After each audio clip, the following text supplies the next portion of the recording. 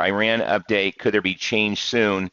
You remember we put this blockade on Iran, and that's to keep ships from coming in and out. And this is going to put short-term pain on them because they can't move oil out. But what we're doing with that blockade is we're filling up their storage facility at Kharg Island. Kharg Island's estimated they have somewhere around 35 million barrels of storage, and Iran pumps some of the highest quality oil in the world out of their wells. About 1 million barrels a day is what they export. And so it's not just the pain of they can't export that 1 million barrels a day.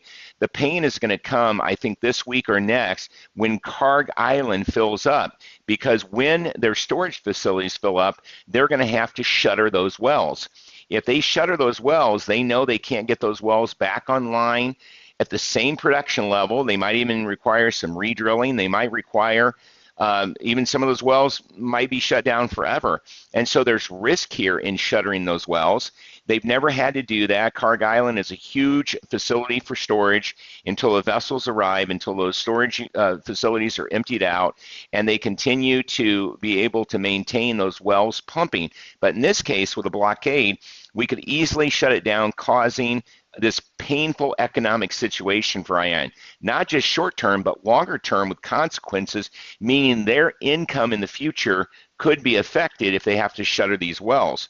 And so we'll have to see if that takes place, but there is a method to the madness here around what President Trump is doing in the Strait of Hormuz with this blockade.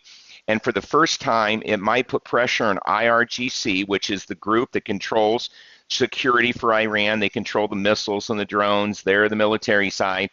And of course, they make money off of oil exports. They make money off of what the country does. And obviously, shutting all that down and plugging up the system and clogging it up and making them shutter wells is not going to be good for them or for Iran.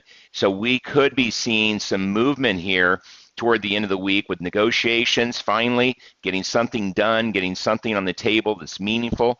So stay tuned. This could be some pretty good news. In the meantime, we will continue to have headlines. We will continue to have volatility. Expect that in not only outside markets, but even our markets.